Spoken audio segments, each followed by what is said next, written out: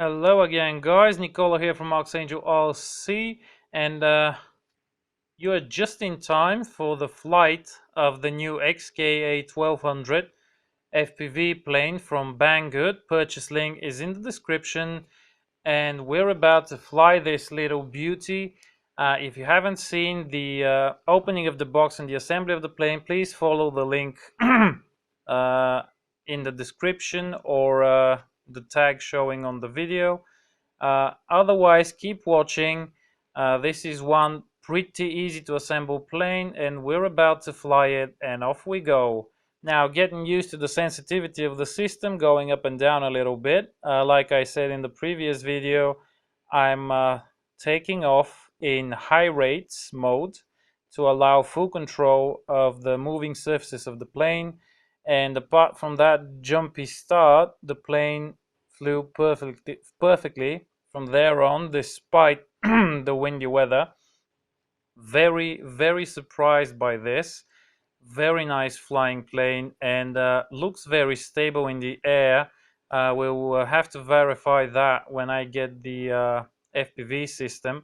Lots of power, like you can see here, almost a vertical climb. That's on a 2S 2000 milliamp battery, fully charged.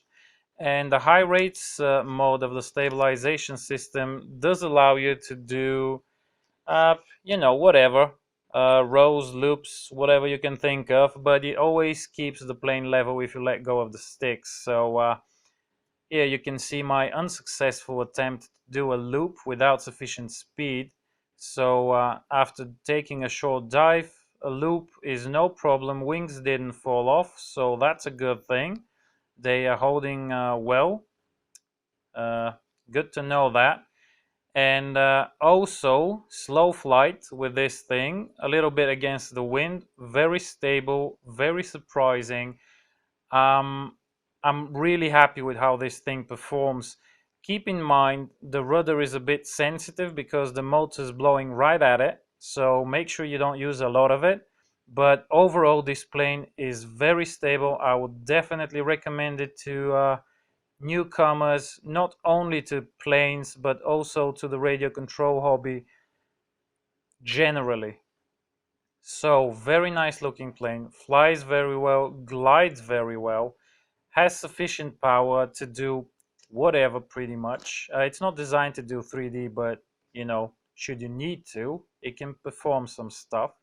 I intentionally tried to tip stall it, so I throttled down and pulled on the elevator. In low rates mode, the stabilization system limits the amount of pitch and bank that the plane can achieve through the controls. So as much as I tried to pull up the elevator, it was very difficult to get it to try and tip stow. And as soon as it dived a little bit, if you let go of the elevator, it righted itself up. I'm sure the dihedral of the wings really helped with that. So it's not easy to tip stall it, which makes it very useful for total beginners.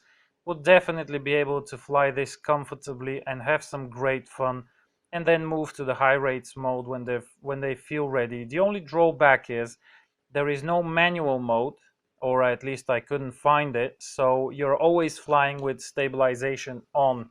That's not good for some situations, but with a bit of care, most people will never be in that situation. So yeah, and here you can see just how sensitive the rudder is. I was just doing some sharp turns. This plane is capable of turning on the spot almost. So yeah, very nice flight, and coming in for the landing, nothing difficult, just throttle down and slightly, ever so slightly apply the elevator, and it just glides in. And that front wheel really helps save the fuselage, as well as the metal on the back, on the bottom. So the only switch that I found to do something is the one right next to the red button. This one, when it's in the down position, you're in the high rates mode. You can do rolls and loops. You have full control of the aircraft, but the stabilization system is working, and if you let go of the sticks, it will ride the plane level. Switching up moves you to the low rates mode, where banking and pitching angles are limited, so you can't roll the plane. The idea is to make it harder for you to crash it. I would suggest taking off in the high rates and then switching to low rates for a nice flight. So inside, the ESC is kind of hot, so maybe I should try moving it somewhere where it gets more better cooling. And for this flight, the battery is cold as well, and I did not seem to have problems with the antenna being right next to the ESC cables. And I will try to move that away from there when I get to it and actually test out the max range of this system. And when I receive the FPV kit for this plane, I will do an update with all of it combined, flight time, max range, and test of the video system. So stay tuned for that. And that was about it for now. I hope you liked the plane. Follow the links below for more information to my blog or the purchase link to Banggood, and I will see you soon. Bye bye.